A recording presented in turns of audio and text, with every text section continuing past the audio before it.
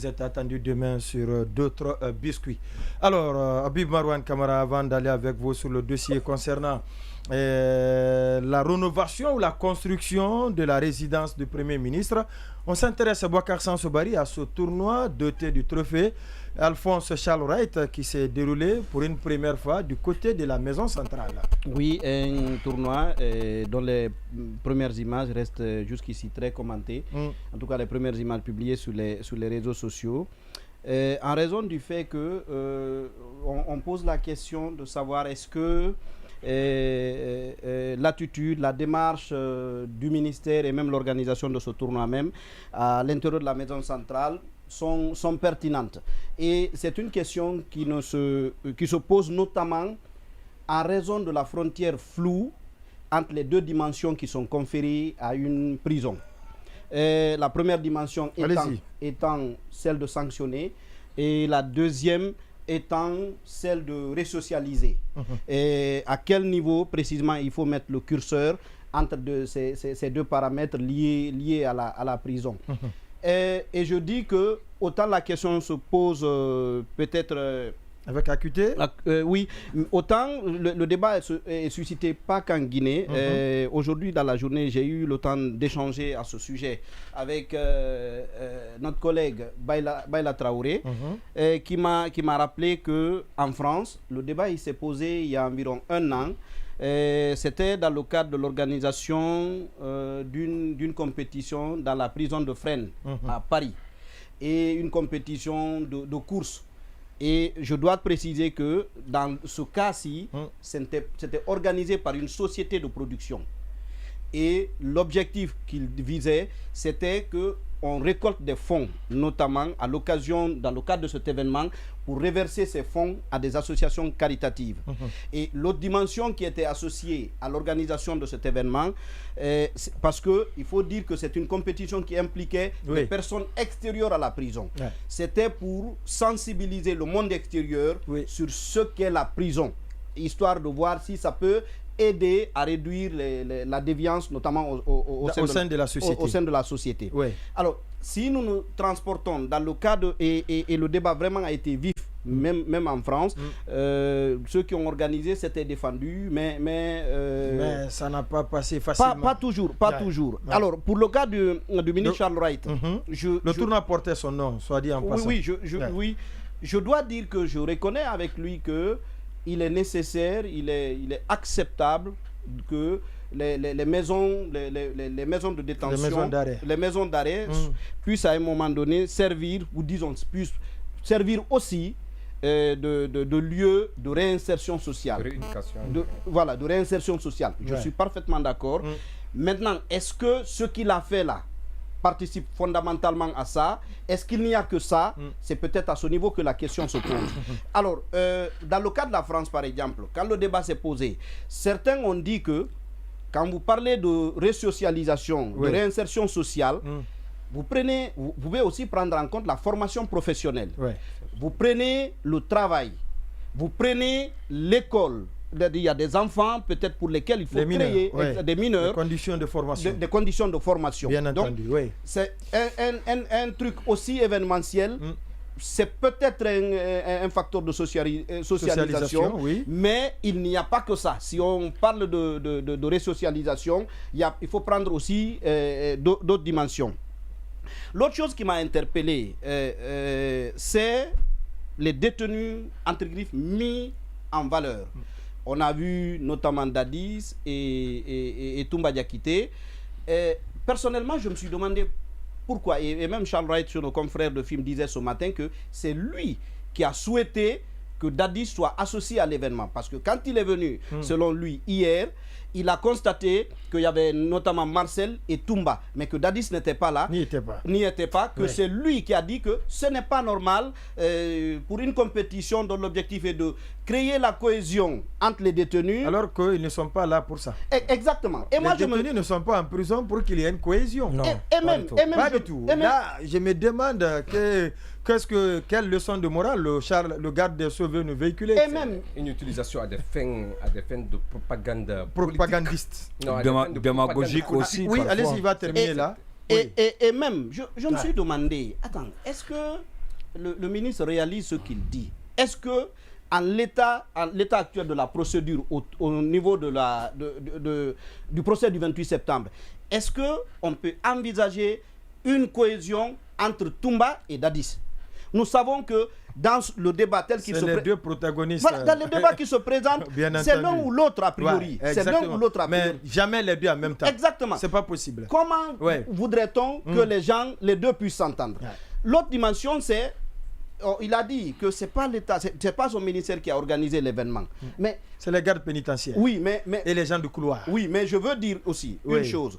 Le tournoi portait son nom, vous l'avez évoqué. Bien entendu. Et puis, pourquoi lui, il était présent? Est-ce que ça veut dire que si lui n'était pas là, l'événement n'aurait pas eu lieu, ou bien l'événement aurait perdu son sens de resocialisation? Mais n'oubliez pas aussi qu'il vient de sortir d'une bruit. D'une tempête. D'une tempête avec ses gardes pénitentiaires. Oui, mais quoi qu'il arrive, par sa présence, l'État cautionne ce qui s'est passé. Même si l'État n'est pas organisateur. Habib Marouane, en une minute là, je pense que très rapidement, vous pensez qu'il y ait du sport, c'est pas un mal, parce que c'est une réalité qu'on a souvent l'habitude de voir dans les films.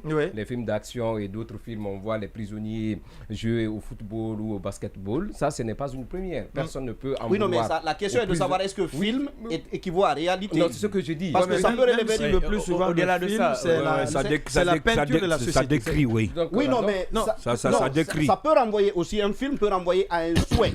C'est un idéal. Exactement. C'est un idéal.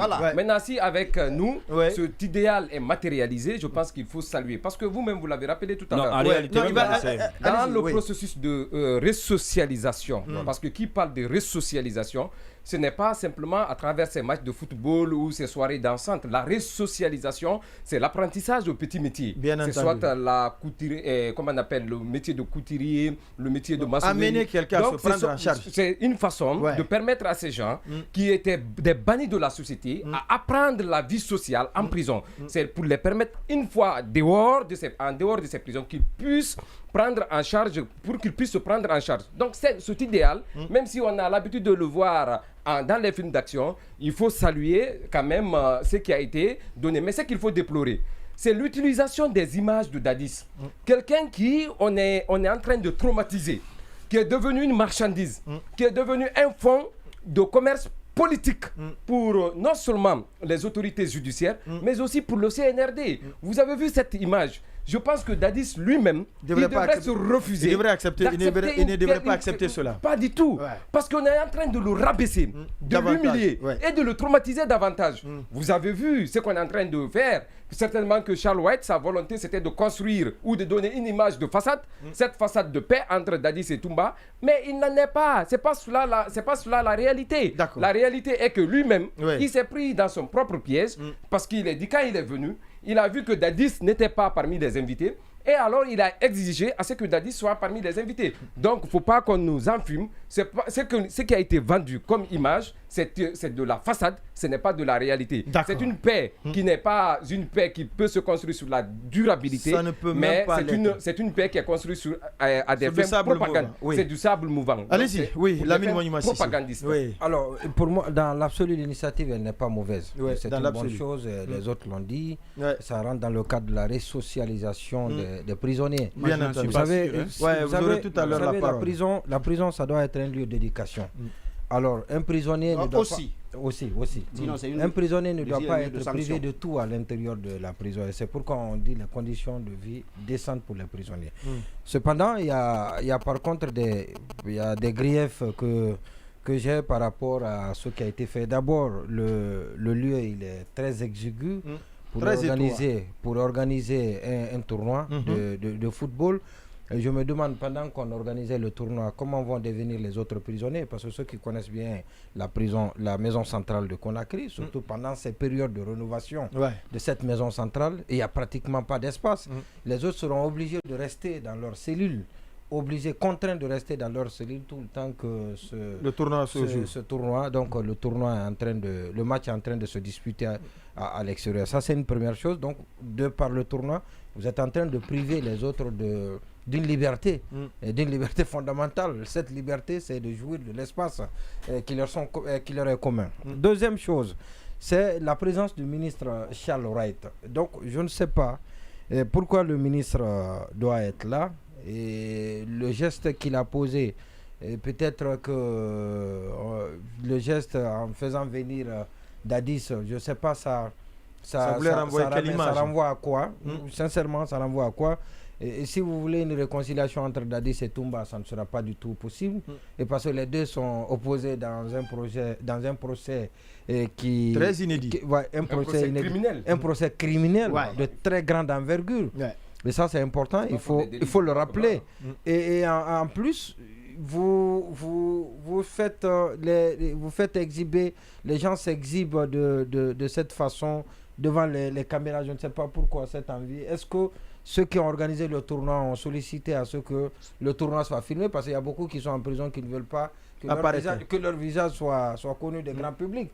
Et parce que quand on sait sur la page du ministère de la Justice. Et ça, c'est très grave. C'est une violation des droits. Étant ministre des droits de l'homme, il ne devait pas le faire s'il n'avait pas l'autorisation de ceux qui organisent le tournoi et même de ceux qui jouent les matchs là, que le tournoi soit diffusé en direct sur la page donc il y a, en fait, c'est différent, comme je l'ai dit tout à l'heure, il y a ces griefs pas négligeables qui malheureusement écornent dangereusement sur le même sujet. L'initiative. Moi, je pense que tel que ça a été organisé, tel qu'on voit les images décrit, je pense que c'est à la limite c'est une insulte pour notre nation, parce que tenez-vous bien, à la prison, vous trouverez des gens, par exemple, qui se sont rendus coupables d'assassinat, qui auraient été jugés et condamnés.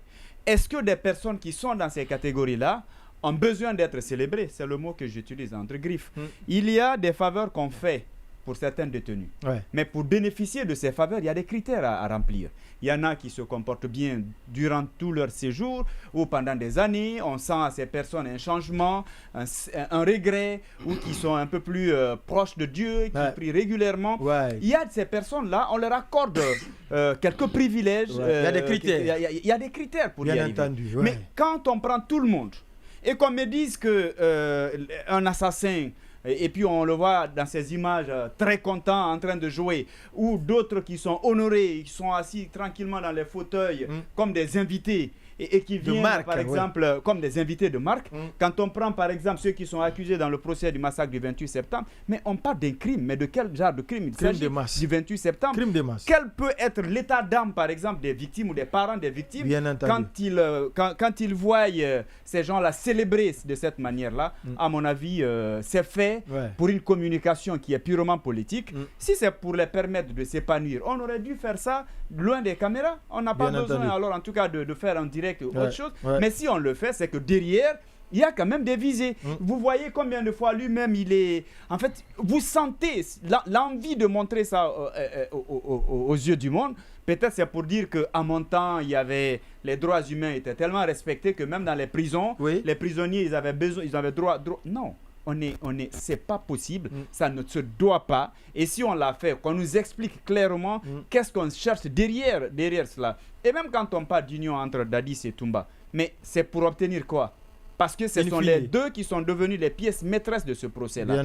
Est-ce que leur union ou leur alliance pourrait faciliter? Est-ce qu'on ne peut pas s'attendre, par exemple, à ce que certaines informations en commun accord soient peut-être tuées à l'œuvre? Parce que si jusque-là, il y a eu des révélations, c'est parce que les deux ne soufflent pas dans les mêmes trompettes. Ça fait que chacun, comme le dit Maître Paul Yomba, c'est-à-dire la survie de l'autre dépend de l'abattage de l'autre. Mais quand les deux sont unis, il faut s'attendre à quoi? Je pense qu'on aurait dû, si c'est le cas, on peut sélectionner. Ils peuvent être libres dans la cour, de la vérité, ils peuvent jouer là-bas sans que ça soit médiatisé. Et puis après, je veux juste dire que c'est clair, si c'est pas parce que ce trophée portait le nom de Charles Wright. C'est le cas déjà? Oui, c'est le cas. Je veux juste dire que si ce n'était pas le cas, ça n'allait jamais se tenir.